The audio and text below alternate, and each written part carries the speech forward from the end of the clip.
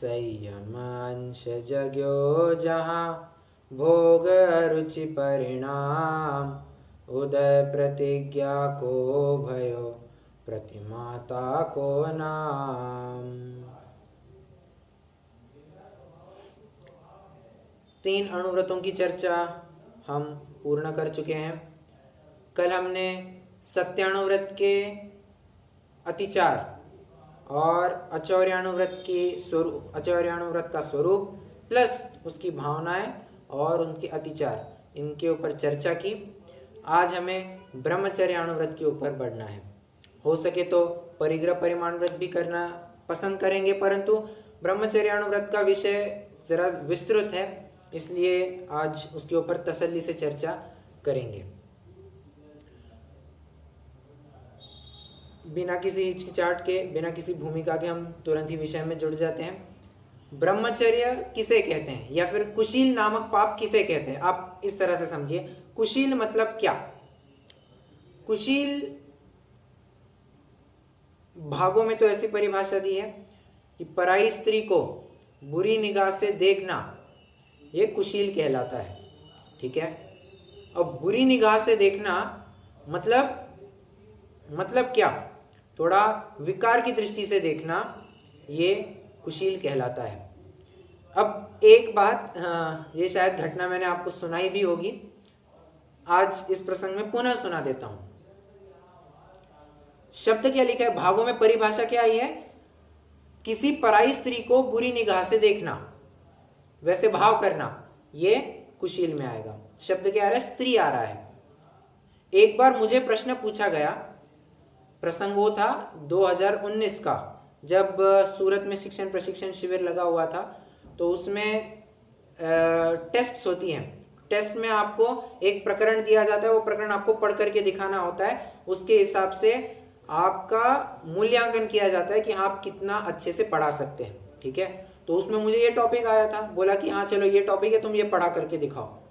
अब उसमें सामने वाले ने मुझे प्रश्न पूछा, मतलब विद्वान दो विद्वान थे, उनमें से एक ने पूछा कि क्या ये सिर्फ पुरुष की अपेक्षा लगेगा, क्या दूसरी अपेक्षा नहीं लगानी है? मैंने कहा हाँ, यहाँ पर मुख्यतः पुरुष की अपेक्षा दी है कि पुरुष ने स्त्री को विकारी दृष्टि से नहीं देखना चाहिए, परंतु हमें उल्टा भी देखना चाहिए। क्यों? गर्भित किया गया है। अगर आप एक जेंडर की अपेक्षा करें तो दूसरा जेंडर तो समाहित ही हो जाएगा। ऐसा कोई भेदभाव नहीं है, बस कथन की मुख्यता ऐसी है। और प्रायः ऐसा देखा जाता है कि पुरुष थोड़ा बाहर में ज्यादा घूमते हैं इन द सेंस व्यापार धंधे के निमित्त से उनको घर के बाहर जाना पड़ता है, तो कई सारी स्त्रियों के ऊपर उनकी निगाह जा सकती है। अतएव पुरुषों को सावधान रखने की पुरुषों को सावधान किया जाता है। स्त्रियों का ऐसा कोई संपर्क नहीं बनता, अतः उनकी मुख्यता नहीं रखी है। परंतु इसका अर्थ ये बिल्कुल नहीं समझना कि स्त्रियों ने पुरुषों को पराये पुरुष को विकारी दृष्टि से देखा तो चलेगा, ऐसा बिल्कुल भी नहीं है। एक छोटी सी घटना या छोटे से प्रथमानुयोग के उदाहरण को आगे लेकर के बढ़ना चाहूंगा। रावण का एक उदाहरण है। मैं नहीं जानता इस फ्लो में कितना सही बैठेगा, परंतु हाँ, ब्रह्मचर्य के प्रकरण से जुड़ा हुआ है, अतः इस प्रकरण को जरूर उठाना चाहूंगा। रावण प्रायः जिसे हम एक अत्यंत खराब मनुष्य या खराब व्यक्ति के रूप में देखते हैं, दुश्मन, दुष्ट है, ये वो फलाना ठिकाना, इसके बारे में इतनी गालियां दी जाती हैं। क्या आप जानते हैं रावण का जीवन किसी श्रावक से कम नहीं था? लिटरली किसी श्रावक से कम नहीं था। सीता के हरण के पूर्व आप उसका चरित्र उठा करके देखिए। राम के जीवन को टक्कर देने की, अब रामचंद्र जी का लेवल ही अलग है, परंतु रावण का जीवन भी किसी श्रावक से कम नहीं था चतुर्थ गुणस्थानवर्ती, परंतु उसका आचरण लगभग पंचम गुणस्थानवर्ती तुल्य चलता था। वो तो कहता था कि देव दर्शन किए बिना तो वैसे ही मेरा दिन चालू नहीं होता, मुनिराज को भोजन कराए बिना वैसे ही मेरे पेट में जल की बूंद नहीं जाती है, जिनवाणी का श्रवण किए बिना वैसे ही मेरा दिन खत्म नहीं होता है, मेरा श्रावक, मैं तो हूं ही वैसे श्रावक, प्राय कहता था वो। एक बार जब वो युद्ध के लिए निकला, युद्ध के लिए इन द सेंस वो तो था प्रतिनारायण, तो होता क्या है, प्रतिनारायण सबसे पहले 3 खंड जीतता है, फिर प्रतिनारायण को हरा करके नारायण त्रिखंडाधिपति बनता है, बराबर ऐसा ही होता है। तो वो रावण पहले दिग्विजय के लिए निकला था 3 खंडों को जीतने के लिए। उसमें इंद्र उसका राज्य का नाम क्या था, राज्य का नाम नहीं मुझे पता, परंतु इंद्र नाम का एक राजा था, इतना प्रबल शक्तिशाली था, मतलब देखा जाए तो रावण की टक्कर का दूसरा कोई राजा होगा तो इंद्र था, ऐसा कहा जाता है। इतना बलशाली वो राजा था और उसने अपने राज्य की संरचना ऐसी कर रखी थी, खाई फिर कोट, खाई फिर कोट, दुश्मन को अपने राज्य में आने के लिए कोई रास्ता ही नहीं छोड़ा था, मतलब दुश्मन शायद ही अंदर आ सके, ऐसी उसने अपनी व्यूह रचना बना करके रखी थी। अब उसमें एक थोड़ी सी कमी रह गई, उस राज्य में एक थोड़ी सी कमी रह गई। क्या? वो राजा की जो पत्नी थी उपारंभा, उसने रावण के बारे में बहुत सुन रखा था और शायद उसने चित्र भी देखा था, उसको लेकर के वो काम पीड़ित हो गई। उपारंभा इंद्र की पत्नी रावण के ऊपर मोहित हो गई, रीझ गई।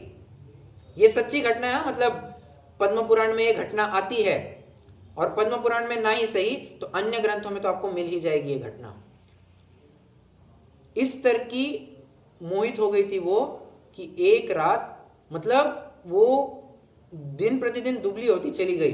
रावण के बिना उसको अपना जीवन असंभव लगने लगा। हम क्या सोचते हैं, रावण कैसा तो दिखता होगा, ये ऐसा, मतलब यूजुअली क्या होता है, बाहर में रावण की जैसी प्रतिमा बनाई गई है, जैसी उसकी इमेज बनाई गई है, हम भी थोड़ा बहुत उसी के हिसाब से सोचते हैं कि रावण तो ऐसा खूंखार दिखने वाला राक्षस टाइप होगा। अरे सर्वांग सुंदर जीव था, सर्वांग सुंदर, मतलब महापुरुष था, उसके पुण्य का कोई कमी नहीं थी। हाँ, कोई कमी नहीं थी। चक्रवर्ती का जितना पुण्य होगा उससे आधा पुण्य होगा, परंतु वो है ना, सर्वांग सुंदर तो है। हाँ बिल्कुल है, बराबर। देव, मतलब देवगति के गण भी इसके चाकरी में, सेवा में लगे रहते थे।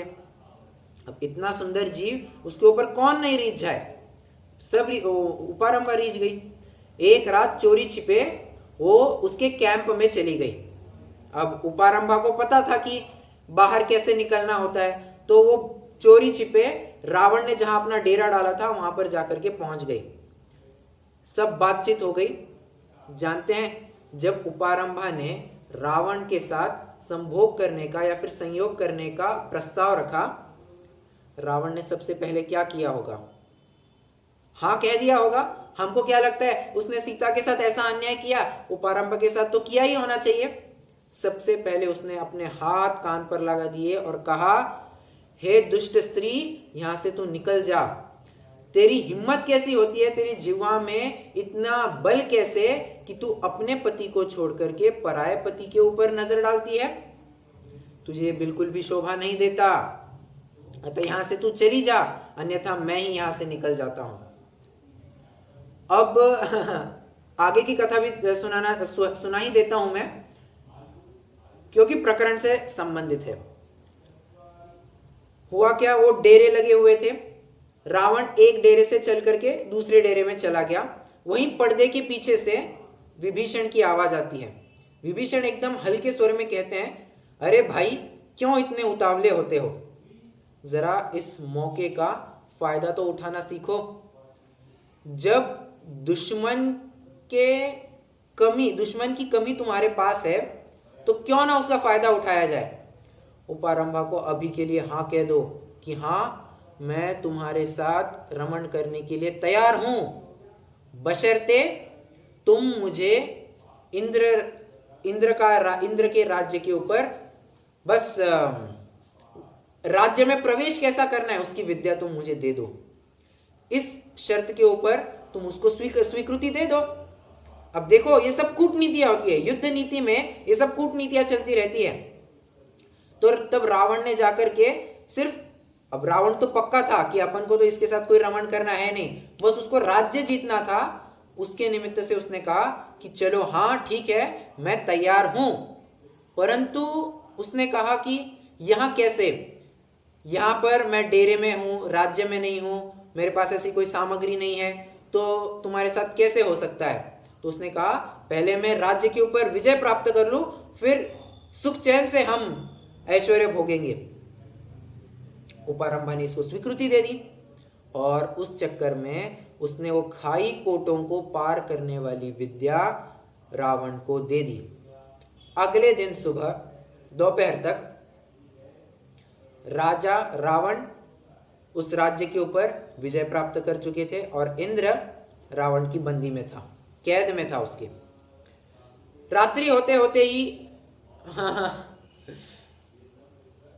उस रावण ने कहा, मतलब उपारंभा को लगा कि चलो अब तो अपनी कामना पूरी होगी।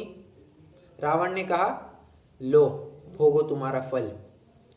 तुमने पराये पुरुष के ऊपर विश्वास रखकर उसे अपने पति से भी ऊंचा मान करके तुमने ये बड़ा अनर्थ किया है, लो भोगो इसका फल। गया, पति के नजर से तो उतर ही गए और जो चाहिए था, जो इच्छित वस्तु थी, वो भी नहीं मिली। गया। एक विचार करने वाली बात है कि काम वासना के जोर में आकर के ये जीव क्या क्या नहीं कर देता है। अपनी कितनी तो भी प्राइवेट चीजें जो कि अपने पास ही गुप्त रखनी चाहिए, ऐसी सीक्रेट बातों को भी वो एक्सपोज कर देता है। होता है ना, मतलब आजकल कंपनियों में भी ऐसा होने लगा है। दूसरे को थोड़ा गाजर दिखाया जाता है, कहा है तुम्हारे वो पेपर्स मुझे थोड़े से लीक कर दो, मेरा काम बन जाएगा, मैं तुमको इतना पे दूंगा, मैं तुमको इतना नकदी कैश दूंगा। लोग फितूर हो जाते हैं। जो कॉन्फिडेंशियलिटी मेंटेन करनी चाहिए थी, जो सीक्रेसी मेंटेन करनी चाहिए थी, नहीं करते हैं और थोड़े से पैसे के लालच में सब अपना गंवा देते हैं। अब यहां पर पैसे नहीं, यहां पर विषय सेवन की वासना थी, उसके चक्कर में आकर के न जाने जीव क्या क्या कर बैठता है।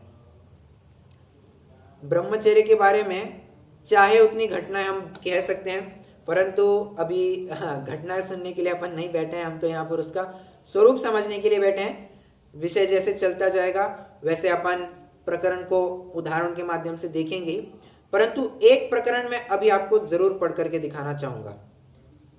मतलब काम वासना की कितनी तीव्रता होती है और उसके साइड इफेक्ट्स क्या है, क्या क्या है, दुष्परिणाम क्या क्या है। इस संदर्भ में मोक्ष मार्ग प्रकाशक का एक प्रकरण है, तीसरे अध्याय में कहां पर होगा देखना पड़ेगा।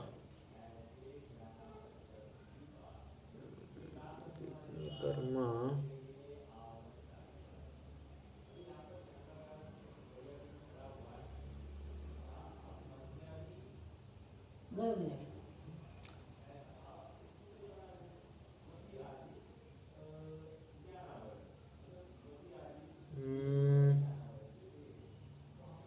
जो प्रकरण तो मुझे मिल नहीं रहा है, परंतु मैं आपको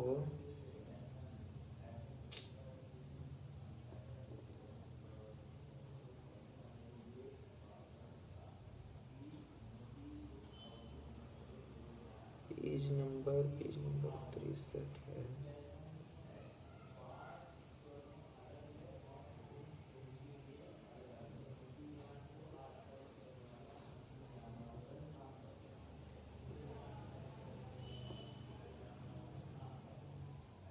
एक 2 मिनट, 2 मिनट में आपको प्रकरण मिला तो ठीक ही है, नहीं तो फिर अपन बढ़ जाएंगे आगे।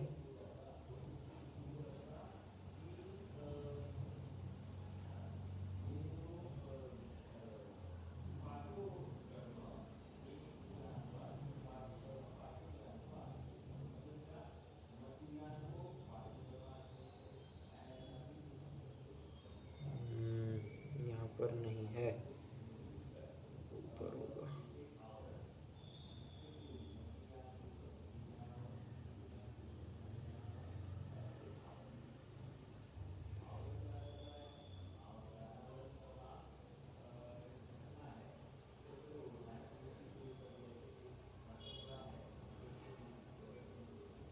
ठीक है, छोड़िए, अगर कहीं मिलता है तो हो जाएगा। प्रकरण वहां पर ऐसा है,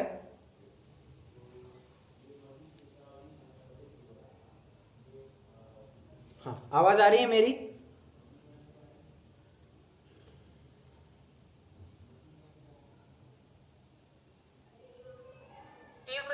ओके, प्रकरण वहां पर ऐसा है, मैं उसका आशा आपको बताता हूं, मुझे पेज नंबर एग्जैक्टली नहीं मिल पा रहा है, कि काम वासना की तीव्रता में यह जीव क्या क्या नहीं करता है।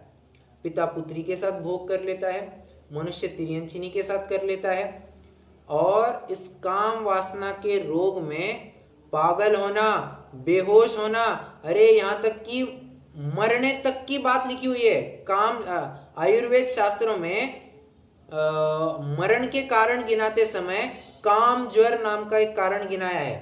मतलब किसी को भोगने की इतनी इच्छा हो गई और उसके चक्कर में आकर के उसने अपने प्राण त्याग दिए।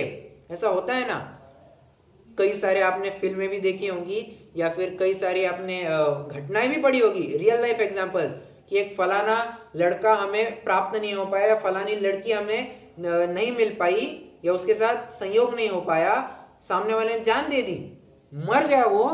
मतलब ये क्या है, जान देने तक पर तुल जाता है। ये क्या है, ये सब ये ब्रह्मचर्य की बातें हैं। मतलब काम ज्वर का होना इतना खतरनाक हो सकता है, ये यहाँ ये सिद्ध किया जाता है। ठीक है, चलिए हम तो अपने प्रकरण में जुड़ जाते हैं। ब्रह्मचर्य का वैसे देखा जाए तो भूमिका में जमाना चाह रहा था, परंतु थोड़ा खींच गया, कोई बात नहीं। परिभाषा में आते हैं। परिभाषा अपनी चल रही थी कि किसी पराय, अच्छा मैं टॉपिक किस मुद्दे को लेकर के यहां तक आया था कि पराई स्त्री को विकार की दृष्टि से नहीं देखना या विपरीत दृष्टि से नहीं देखना, प्लस पुरुष की अपेक्षा भी लगाना कि किसी पराय पुरुष को भी विकारी दृष्टि से नहीं देखना, अन्यथा उसके कॉन्सिक्वेंसेस अपन को फेस करने पड़ सकते हैं। बदनामी होती है, सब होता है, लोक में बदनामी होती है, इसमें कोई शंका नहीं। अरे सामान्य सी बात है, अगर किसी को पता चल जाए, एक उदाहरण है कि किसी को पता चल जाए कि ये इस लड़का और इस लड़की का आपस में चक्कर चल रहा है, कितनी बदनामी होती है। सिर्फ 2 लोगों को पता चल जाए इनका आपस में कुछ है, शंका हो जाए, वो 2 लोग शंका को ही सत्य मान करके 10 लोगों को और बताएंगे, वो 10 लोग और 100 लोगों को बताएंगे। बदनामी होने का कितना डर है, कितना डर है, बहुत डर है। इसलिए इनसे बचे रहना बहुत आवश्यक है। ठीक है, आते हैं अब अपन तत्वार सूत्र की परिभाषा के ऊपर। तत्वार सूत्र में क्या कहते हैं, मैथुनम अब्रह्म। अब्रह्म किसका नाम, मैथुन का नाम अब्रह्म है। अब मैं इसको थोड़ा सा अध्यात्म की अपेक्षा घटित करके दिखाने की कोशिश करता हूं। मैथुन यह शब्द मिथ धातु से बना है। किस धातु से बना है, मिथ। ध्यान रखना, मिथ्यात्व जिस धातु से बना है और मैथुन जिस धातु से बना है, ये दोनों एक ही है। मिथ्यात्व भी मिथ इसी धातु से बना है और मैथुन भी मिथ इसी धातु से बना है। मिथ मतलब क्या होता है, इंग्लिश वाला MITH नहीं कह रहा हूं मैं, संस्कृत का मिथ। मिथ मतलब होता है दोपना। जहां पर भी दोपना तुम्हें दिखने लग जाए, समझ लेना वो मिथ है। Amith is a myth. Myth मतलब गलत मान्यता। ठीक है, और अंग्रेजी में मिथ मतलब यही होता है ना कि ये तुम्हारी गलत मान्यता है, गलत फहमी है, बराबर, उल्टी मान्यता। यही बात यहां पर भी आ रही है। ठीक है, तो दोपने में सुख की वांछा करना, यही तुम्हारा अब्रह्म है। ठीक है, एकत्व को छोड़कर के द्वैत्व में जाना, यही अब्रह्म है। ठीक है,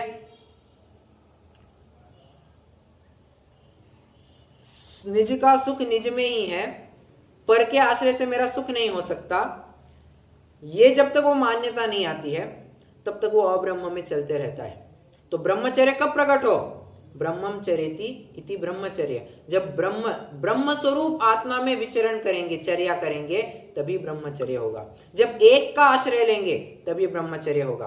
और अगर आप गृहस्थी की अपेक्षा विचार करेंगे, एक स्त्री में ही संतुष्ट होना अथवा एक ही पुरुष में, स्वपुरुष में संतुष्ट होना, यही आपका ब्रह्मचर्य है। मैं आपको दोनों व्यवहार की अपेक्षा भी घटित करके दिखा रहा हूं, अध्यात्म की अपेक्षा भी घटित करके दिखा रहा हूं। चाहे तो मैं फिर से एक बार दोहराता हूं ताकि आपको नोट करना चाहे तो नोट भी कर सकते हैं। अध्यात्म की अपेक्षा, या फिर थोड़ा सा कैसे कहूं, अदर देन चरणानी योग आप कैसे लगाएंगे इसको, जहां पर दो द्वैत आता है, दोपना आता है, वहां पर आप तकलीफ में खड़े हो जाते हैं। दो के होने से दो को एक मानना, यह आपका मिथ्यात्व है। शरीर और जीव ये तद्दन जुदे भिन्न वस्तुएं हैं, उनको एक मानना यह मिथ्यात्व है। यही मिथ है, यही मैथुन है, यही अब्रह्म है। ठीक है। और अगर आप व्यवहार की अपेक्षा लगाएंगे, थोड़ा सा चरणानियों की अपेक्षा लगाएंगे, तो एक स्त्री को छोड़कर के दूसरी स्त्री में भी मन लगाना, उसमें मन रमाना, ये भी अब्रह्म है। या एक पुरुष को छोड़कर के दूसरे पुरुष में मन रमाना, ये भी मैथुन है। बेहतर क्या है? एक में संतुष्ट रहो। एक में संतुष्ट रहने से कभी कोई दिक्कत नहीं आती है। ठीक है। मैथुनम ब्रह्म, ब्रह्मचर्य की, या फिर कुशील नहीं, कुशील किसे कहते हैं इसकी भी अपन ने थोड़ी सी मीमांसा की। अब हम थोड़ा प्रकरण में जुड़ना चाहेंगे, परंतु प्रकरण में जुड़ने से पहले ब्रह्मचर्य व्रत के बारे में कुछ एस्पेक्ट्स हैं अपने, उनकी चर्चा करेंगे। या फिर चलिए प्रकरण जैसे आगे बढ़ेगा, जब भावनाएं और अतिचारों की चर्चा करेंगे तभी हम उनकी भी बात ले लेंगे। 7वां सूत्र है, तत्वार सूत्र के 7वें अध्याय का 7वां सूत्र पढ़ेंगे। ब्रह्मचर्य की भावना यहां बताई गई है। स्त्री राग कथा श्रवण, तन मनोहरांग निरीक्षण, पूर्व रतानुस्मरण, वृश्येष्ठ रस, स्वशरीर संस्कार त्यागा पंच। मैंने थोड़ा खंड खंड करके पढ़ा है सूत्र को, फिर से एक बार।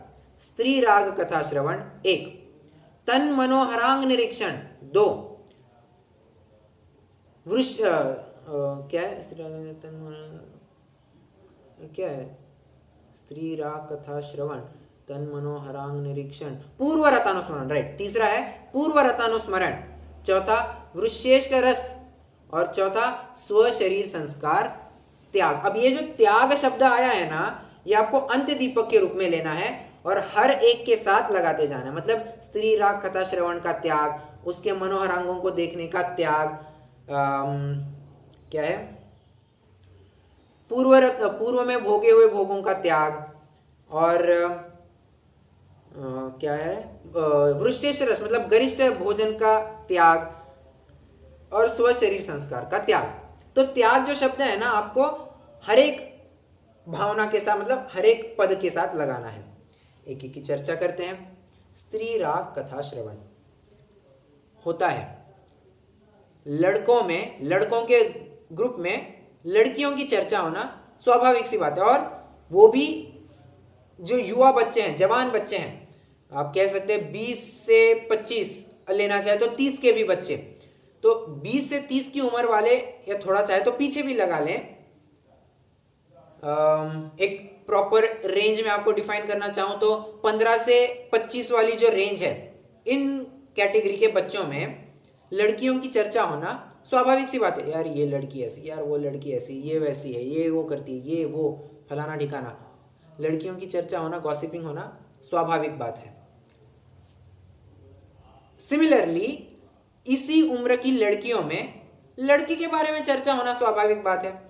एक बात फिर से डिस्क्लेमर, यहां पर जहां जहां भी स्त्री शब्द आएगा ना, वहां आपको पुरुष भी लगाते जाना है। ठीक है, क्योंकि ब्रह्मचर्य को सिर्फ स्त्री की अपेक्षा नहीं है, ब्रह्मचर्य तो पुरुष की अपेक्षा भी लगाना है। ठीक है। तो बात क्या चल रही थी कि उनमें गॉसिपिंग होना ये स्वाभाविक बात है, तो स्त्री के बारे में चर्चा करना ये ब्रह्मचर्य में घातक है। करना क्या है अब ऐसा अगर विचारेंगे तो कोई भी इस उम्र का बच्चा इस पाप से बच ही नहीं सकता, पाप का भागीदारी होगा ही होगा। क्यों? चर्चा ऐसी होना वो तो होती ही रहती है, तो जरूरी है कि हम स्वयं उससे हट जाए। बराबर है, स्वयं अगर कोई चर्चा हो रही है तो अपन वहां ज्यादा इन्वॉल्व ना हो, वहां से हट जाए, चाहिए तो ये। ठीक है, प्रयास करना चाहिए। क्योंकि देखिए ऑल ऑफ अ सडन, अब मैं समझता हूं शहर में रहने के नाते, आप भी मैं समझता हूं थोड़े बड़े शहर में रहते होंगे आप सभी जन, तो उस हिसाब से बच्चों में ये थोड़ी सी बातें होना ये होती रहती है।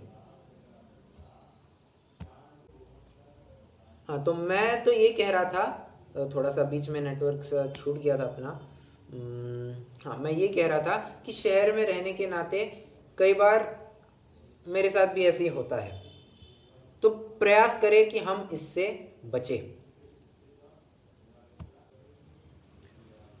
ठीक है, अभी अपन प्रकरण में जुड़ जाते हैं। प्रकरण ये चल रहा था स्त्री राग कथा श्रवण,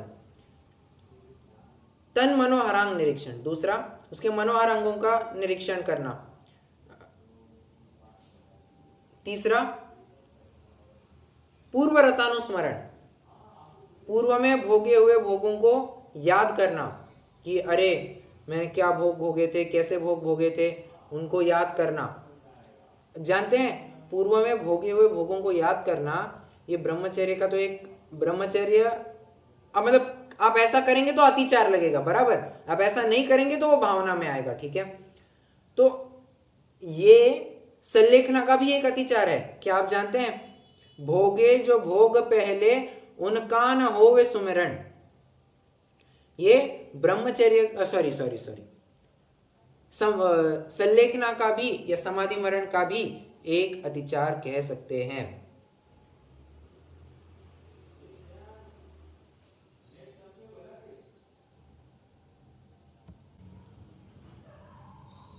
चलिए, नेटवर्क के इशू में बहुत कुछ छूटा जा रहा है, मैं फिर से वो बात बताता हूँ, शायद वो पॉइंट आपका छूट गया होगा। मैं तो ये कह रहा था कि पूर्व रतानुस्मरण या पूर्व में भोगे हुए भोगों को याद करना, ये ब्रह्मचर्य के साथ साथ संलेखना का भी एक अतिचार है। ठीक है, कैसे? अरे वो दिन रात मेरे स्वामी, वो वाला पाठ गई है, उसमें एक पंक्ति नहीं आती है क्या, भोगे जो भोग पहले उनका न होवे सुमरण, मैं राज्य संपदाया पद इंद्र का न चाहूं। मेन लाइन वहां पर भी आ रही है, मतलब वो समाधि मरण पाठ है, समाधि मरण पाठ में भी वो बात आती है। मतलब एक बात आप और इसके समझ सकते हैं कि आपको इन 5 व्रतों की भावना अतिचारों में ऐसे कितने तो भी पॉइंट मिलेंगे जो बराबर से समाधि की तैयारी में लगा रहे हैं। नोटिस कर रहे हैं क्या?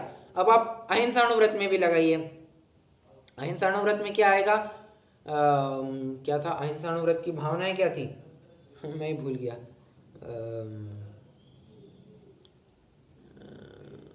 वांग मनो गुप्तिर्यादान निक्षेपण समित्यालोकित पान भोजनानि पंच।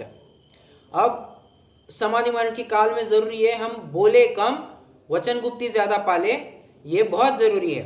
बराबर से देखिए, कम बोलने के लिए उन्होंने वचन गुप्ति की बराबर एक तरतूद करके रखी, एक प्रोविजन बना के रखा है। सत्यानुव्रत में आइए, सत्यानुव्रत में क्या कह रहे हैं, क्रोध लोभ भीरुत्व हास्य प्रत्याख्यानान्य नुविची भाषणम च पंच। अब यहां पर तो ज्यादा कुछ ले नहीं सकते, परंतु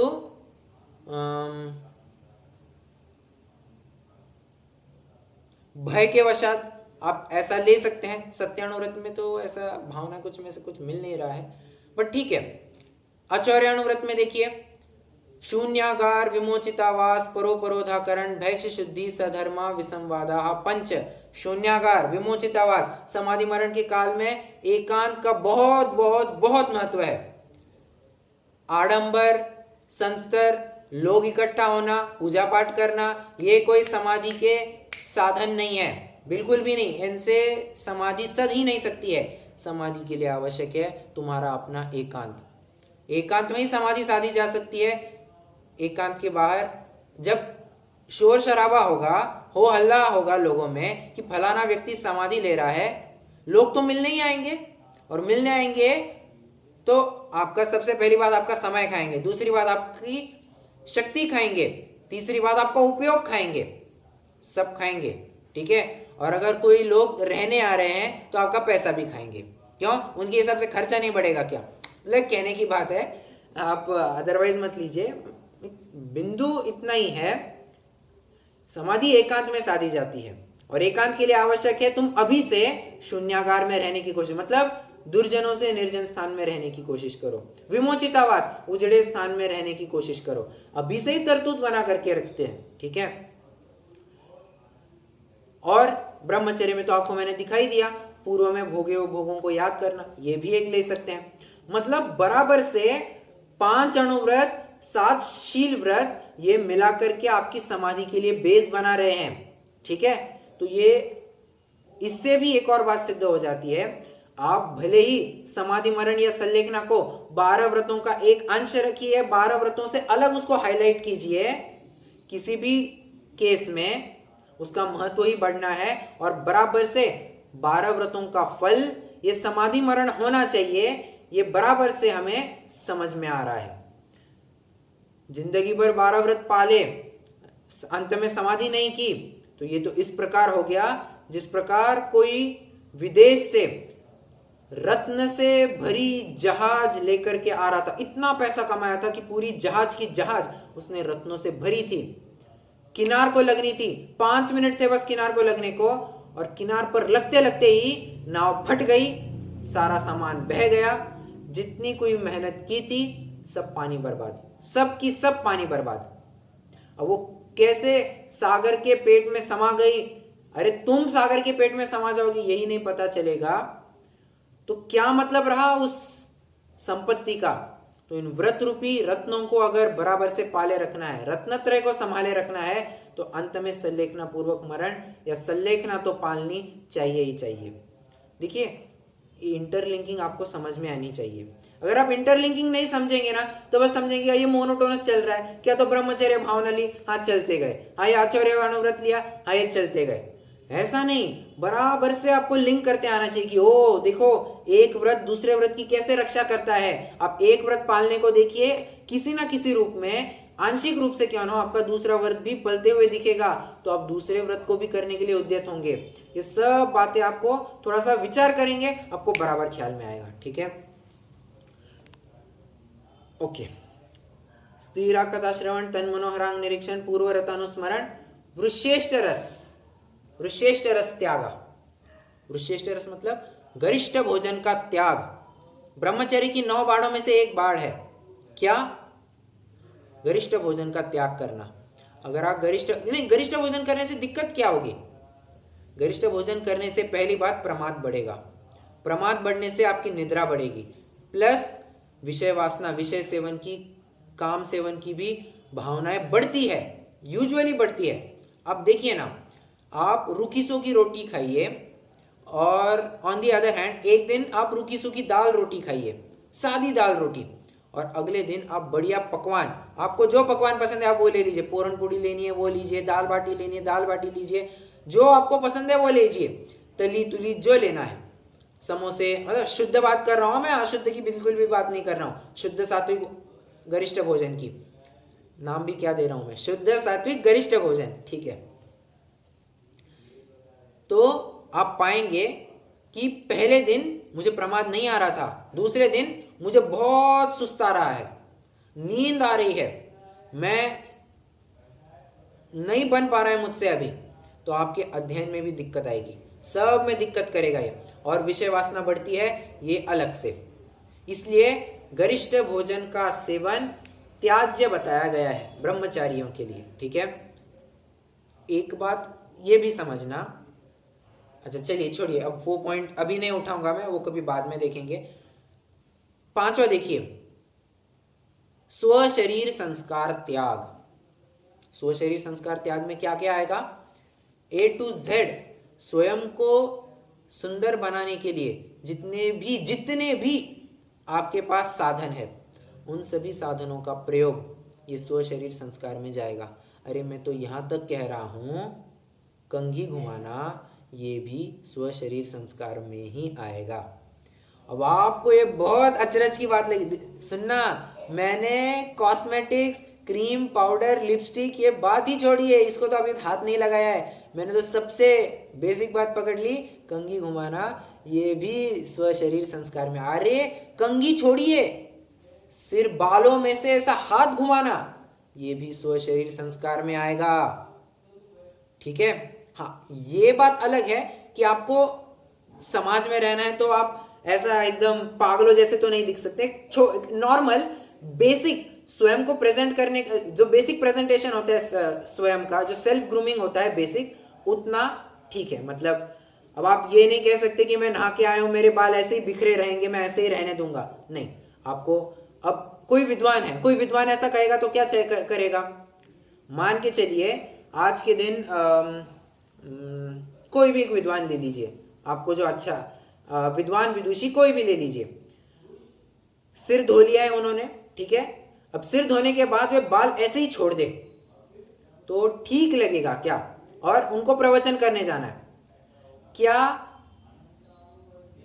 अरे लोगों का ध्यान विद्वान की बात से पहले विद्वान के बालों के ऊपर जाएगा, वह बार बार डिस्ट्रैक्ट होते रहेंगे।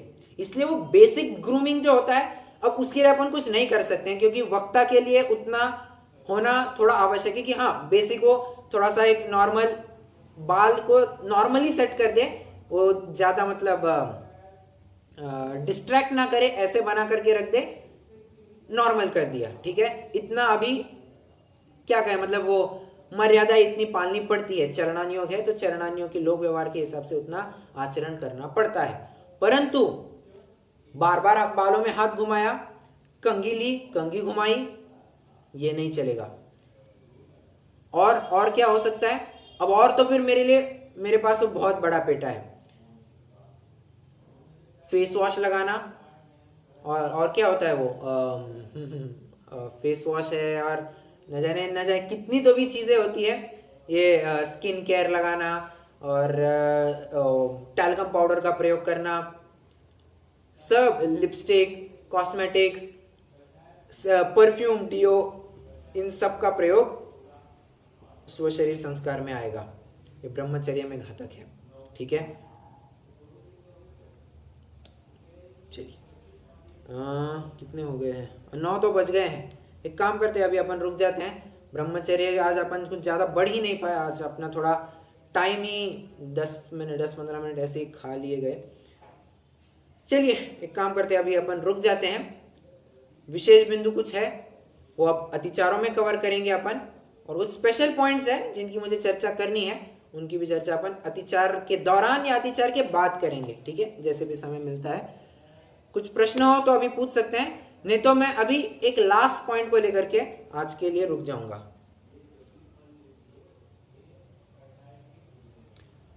नहीं है प्रश्न, मैं ऐसा मान के चलता हूं।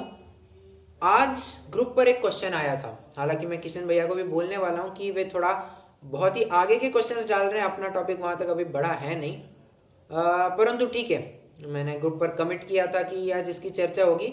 लीजिए अभी चर्चा करते हैं। प्रश्न यह आया था कि 11वीं प्रतिमाधारी जीव की अष्टद्रव्य से पूजन हो सकती है या नहीं हो सकती है, बराबर यही प्रश्न था। देखिए मैं आपको 2-3 दाखले दूंगा जिससे मैं ये क्या सिद्ध करना चाहता हूं, आप मुझे बताएंगे। मैं तो बताऊंगा ही बाद में, परंतु आप डिराइव करने की कोशिश कीजिए मैं इन छंदों को बोल करके क्या कहना चाह रहा हूं। हम अंत में जिनवाणी स्तुति करते हैं, नहीं छोड़िए, वो बात नहीं है।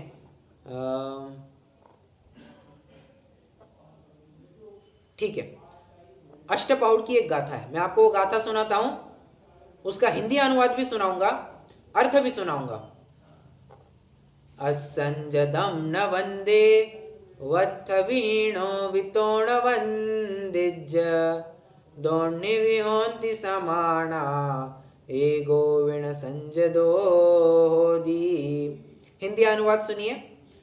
असंयमी न वंद्य द्रुगहीन वस्त्र विहीन भी दोनों ही एक समान है, दोनों ही संयत है नहीं।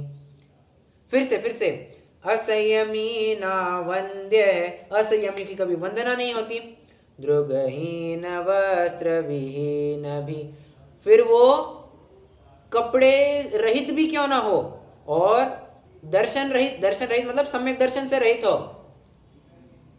दोनों ही एक समान है, दोनों ही संयत है नहीं। दोनों भी असंयमी है, इसलिए दोनों को वंदना संभव नहीं है, ठीक है। असंयमी मतलब क्या? असंयमी मतलब कह रहे हैं 6वें गुणस्थान के नीचे जितना कुछ भी है वो सब असंयम में आएगा, ठीक है, पहला आधार। दूसरा आधार जिनवाणी स्तुति का ही लेना है।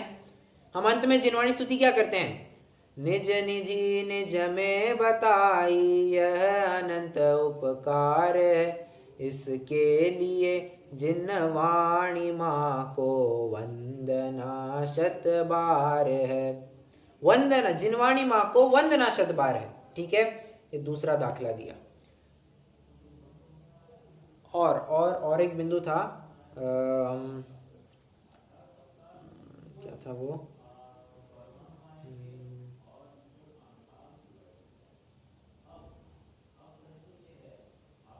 हाँ ठीक है, मुझे याद आएगा तो मैं बता ही दूंगा, अन्यथा आपको पीडीएफ में भी मिल ही जाएगा।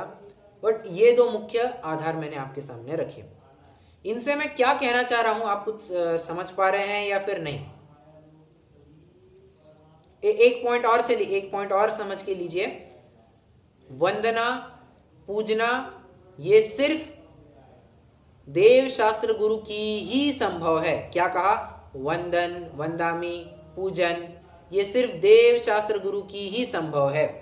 ठीक है, अब ये 3 स्टेटमेंट मैंने आपको दिए, गाथा आपको कुछ सुनाई, कुछ छंद सुनाया आपको, इससे ऊपर इससे क्या निष्कर्ष निकलता है?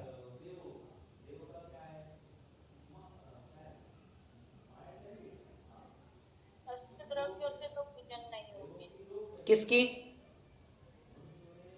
11वीं प्रतिमाधारी की। अरे अष्टद्रव्य छोड़िए, किसी भी प्रकार से पूजन उनकी संभव नहीं है, उनकी पूजा संभव ही नहीं है। अरे पूजन छोड़िए, उनकी वंदना वंदामी ही संभव नहीं है। क्यों? अरे अभी मैंने एक स्टेटमेंट कहा था कि 6वें गुणस्थान के नीचे जितना कुछ भी है सबको असंयम में लिया है। एक देश संयम को वे संयम नहीं गिन रहे हैं, असंयम में ही कंसिडर कर रहे हैं। क्यों?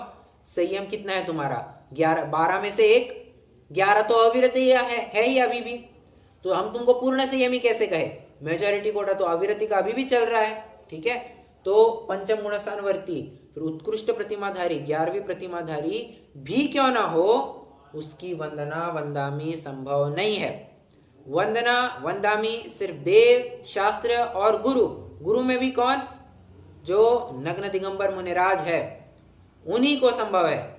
एक धागा मात्र भी अगर धारण किया होगा तो वे परिग्रही है, उनकी वंदना वंदामी संभव नहीं है। ठीक है, इससे मैं यही बात सिद्ध करना चाह रहा हूं कि अष्टद्रव्य से तो छोड़िए, उनकी तो पूजन ही संभव नहीं है, वंदना वंदामी ही संभव नहीं है। तो हम उनको, उनका अभिवादन कैसे करेंगे, उनको ग्रीट कैसे करेंगे?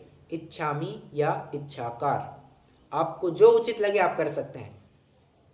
हे तात, हे भव्य, हम आपके सरीका बनना चाहते हैं। इच्छामी इच्छामी इच्छामी, मैं आपके सरीका बनना चाहता हूं, इच्छामी। ठीक है, वंदामी वंदना नहीं होगा। ठीक है,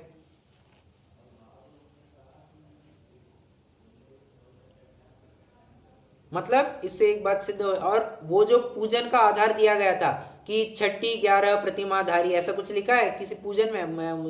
मुझे वो पूजन की लाइन नहीं, मतलब पूजन पता नहीं है, बट वो कुछ आधार दिया गया था कि पूजन में लिखा गया है। तो पूजन की बातों के ऊपर इतना विश्वास ना रखे, करणानियों की, चरणानियों की, शास्त्रों में जो बातें लिखी है उनके ऊपर विश्वास होना आवश्यक है। ठीक है, क्योंकि आचार्य कुंती कुंती स्वयं कह रहे हैं असंयमी की वंदना हो ही नहीं सकती। एक धागा भी डाला हो, गया असंयमीपना, गया तुम्हारा, वो परिग्रही वाली होगी मूर्ति या फिर मुनिराज, नहीं अपन उनको वंदना कर सकते। ठीक है, चलिए बोलिए, कोई प्रश्न है तो पूछ सकते हैं, नहीं तो अब जिनवाणी स्तुति करेंगे।